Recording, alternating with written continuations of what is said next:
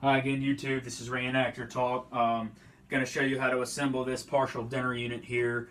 I assume you know how to follow the lines and use scissors along the lines to cut. Again, this is made out of chipboard, just like the K-Rat boxes you see. And most of my how-to videos are going to show chipboard. The only ones that haven't so far, actually the only one, was the matchbooks. That's just cardstock. But the partial dinner unit is basically just the can from the K rations put in this fancy little box.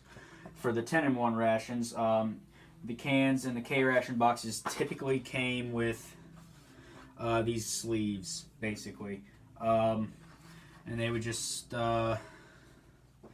usually just slide right in the boxes. For some reason, these printed big.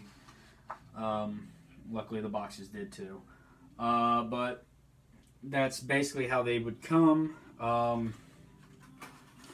These ended up being essentially your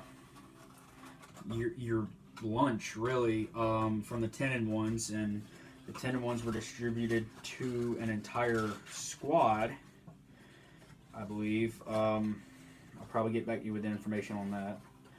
I'm going to do a video on rations as far as how they evolved. I do have to modify this somehow because this won't close with these little closers here. But basically, the 10-in-1 was meant to replace the K rations. It was meant to, as the name implies, provide for 10 men for one day. And it was based off the British Compo ration of 1943, I believe. And yeah, so let's get to it. All that's really going to happen here after we fold it, and just make sure you fold it correctly.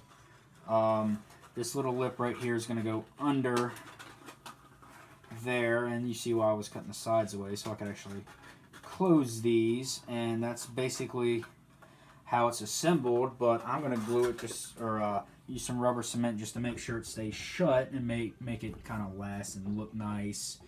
And if you use these for display, even if you're eating stuff out of them, they're always reusable unless you actually like trash it. The only parts of rations that I've seen that are non-reusable, aside from the food you eat and the cans, and I'm kind of mainly focusing on packaging, not the cans, obviously. The only part that's not reusable would probably be bouillon powder or the orangeade or anything that comes in a pack like that, the instant coffee, stuff like that. Consumables, really. But, the can boxes like this, the actual K-ration box themselves, inner and outer, are generally reusable if you keep them in good enough condition. I'm not sure if this would have been waxed. I'm still trying to actually find as much info as I can about the 10-in-1s. Excuse me.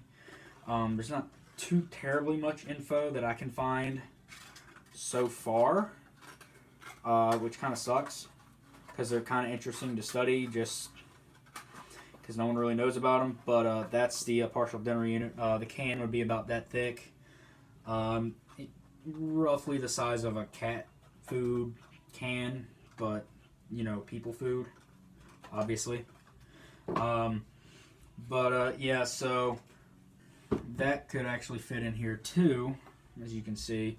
I don't have any of the sleeves made up to actually, show you that it'll fit in there, but trust me, it can. I've done it before. I've actually eaten out of K rations before, reproduction ones, not originals. I'm not Steve 1989. But I have eaten out of them. It's not the best meal, and they don't actually come with heating sources. At least the one I had didn't. But they are pretty edible. It was actually one a friend of mine had made, and he actually turned me on to making some of this stuff. But until I do my ration compilation video, I think that's going to be all for now. As far as today's videos, I will have videos up tomorrow. I'm going to start with the cereal. Tends to be seen in the 10-in-1s from what I can tell. Maybe not that box, but yeah.